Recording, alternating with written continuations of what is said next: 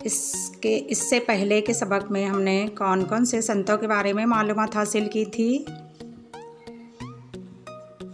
हाँ ठीक है, बिल्कुल सही। संत ज्ञानेश्वर, संत तुकाराम, संत नामदेव, रामदास, है ना, संत रामदास, इन संतों के बारे में हमने पढ़ा था।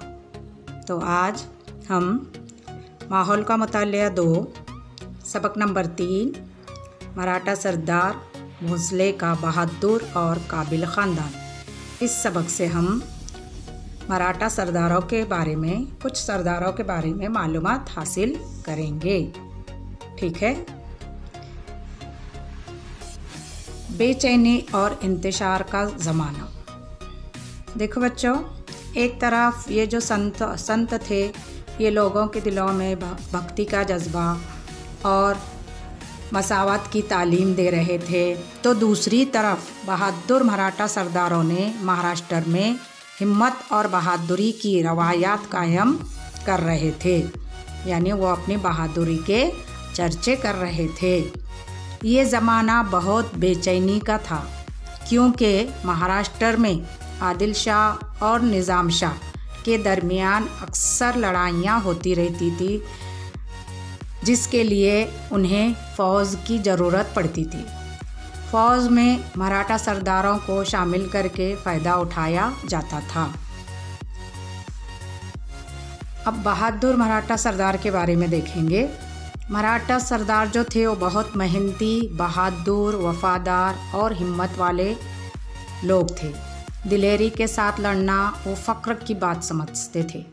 हाथ में भाला लिए, कमर से तलवार लटकाए, घोड़े पर सवार, ये मराठा फ़ौज में हंसी खुशी से भर्ती हुआ करते थे। और इन्हें जो बादशाह होते थे, जो सुल्तान होते थे, तो इन्हें ये आसानी से फ़ौज में नौकरी दे देते थे और इन्हें आला दर्जे का ओहदा भी देते थे। कभी कभी तो बादशाह खुश होकर इन सरदारों को जागीर अता करते थे और वो अपने आप को इस जागीर का राजा समझता था। बीजापुर और अहमदनगर के सुल्तानों के पास ऐसे कई बड़े बड़े मराठा सरदार और उनकी फ़ौज मौजूद थी। इनमें देखो, सिंदखेड़ के जाधव, पलटन के निम्बालकर, मधुल के घोरपड़े, जावली के मोरे, एलोरा के भोंसले, ऐसे कई मराठा सरदार, मराठा ख़ानदान इनके पास मौजूद थे। अब इनमें जो सिंदखेड़ के जाधव है और देवगिरी के यादव, ये एक ही ख़ानदान का सिलसिला था। और शिवाजी महाराज की जो माँ थी जीजाबाई, ये सिंदखेड़ के लखोजी जाधव की बेटी थी, यानी ये भी एक सरदार की बेटी थी।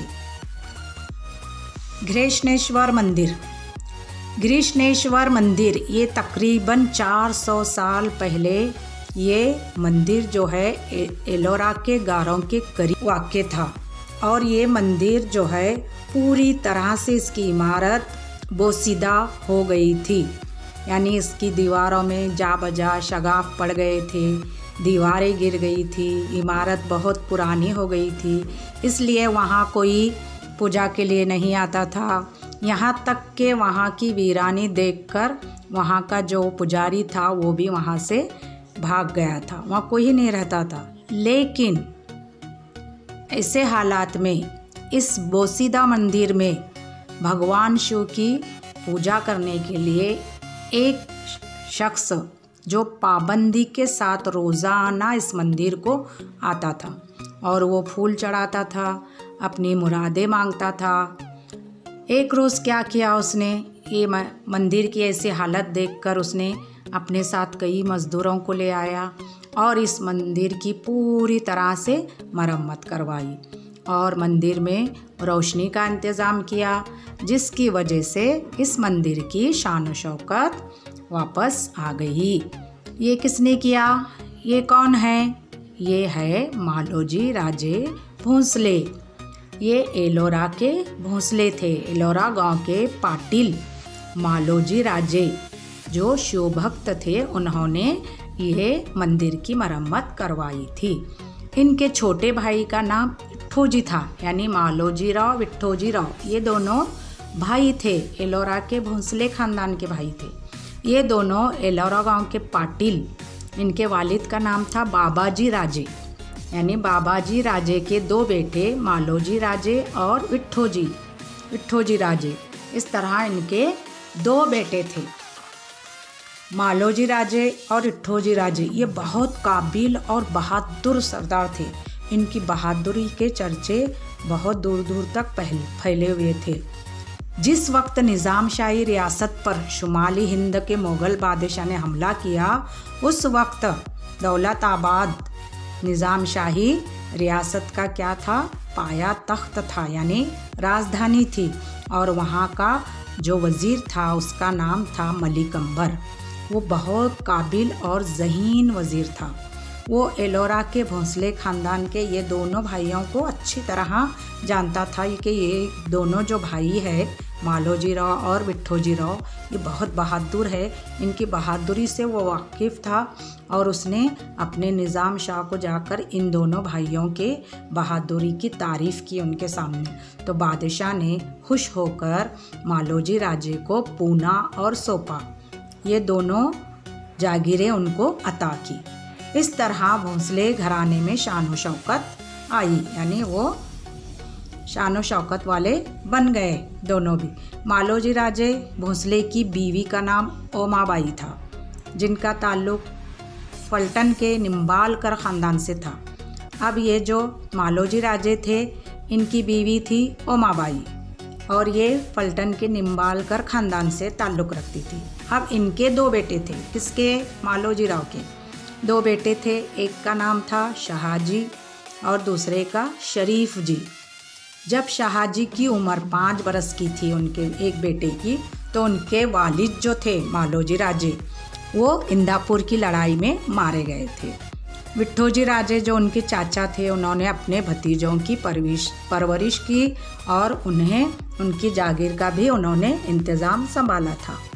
कुछ अरसे बाद क्या हुआ, शाहजी के लिए लखोजी राव जाधव की लड़की का हाथ मांगा गया, यानी लखोजी जाधव की बेटी जो थी जीजाबाई, वो बहुत सलीकामंद और समझदार और बहादुर खातून थी। उनके लिए शाहजी का रिश्ता मांगा गया। तो उनके वालिद तैयार हो गए लखोजी राव, और इस तरह से जीजाबाई और शाहजी की क्या हो गई, शादी हो गई और जीजाबाई भोंसले ख़ानदान की बहू बन गई। अब हम देखेंगे शाहजी राजे के बारे में। तो शाहजी राजे जो थे, निज़ाम शाह ने मालोजी राजे को जागीर शाहजी राजे को दे दी थी, यानी उनके वालिद की जो जागीर थी मालोजी राजे की, वो उन्होंने उनके बेटे शाहजी को दे दी। शाहजी राजे भी अपने वालिद की तरह बहुत बहादुर थे। निज़ाम शाह के दरबार में इनकी बहुत इज्जत थी। मुग़ल बादशाह निज़ाम शाही रियासत पर कब्ज़ा करने का जब इरादा किया, तो बीजापुर के आदिल शाह ने मुग़ल बादशाह का साथ दिया।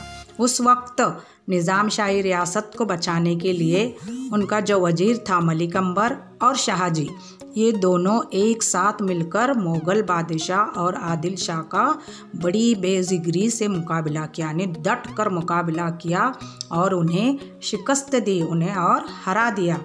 ये मशहूर लड़ाई अहमदनगर के करीब भातवड़ी के मुकाम पर हुई।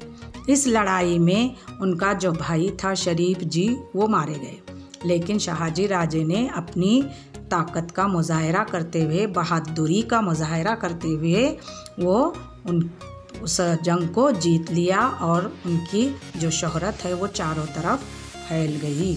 यहाँ तक के जो मलिक अंबर उनको लेकर गया था बादशाह के पास, वो भी उनसे हसद करने लगा, जिसकी वजह से वो दोनों अलग हो गए। शाहजी राजे निज़ाम शाही रियासत छोड़कर बीजापुर के आदिल शाह को जा मिले। उन्होंने क्यों जा मिले? आदिल शाह ने उन्हें सरे लश्कर का खिताब देकर उनकी इज्जत अफजाई की थी। आदिल शाह ने जो है उन्हें सरे लश्कर यानी फ़ौज का बड़ा सरदार, इस तरह का उन्हें नाम दिया और उनकी इज्जत बढ़ाई। बाद में निज़ाम शाही सल्तनत में जो है कई वाक़यात, कई लड़ाइयाँ हो गई और फिर उनका जो वज़ीर था मलिक अंबर, उसका भी इंतकाल हो गया।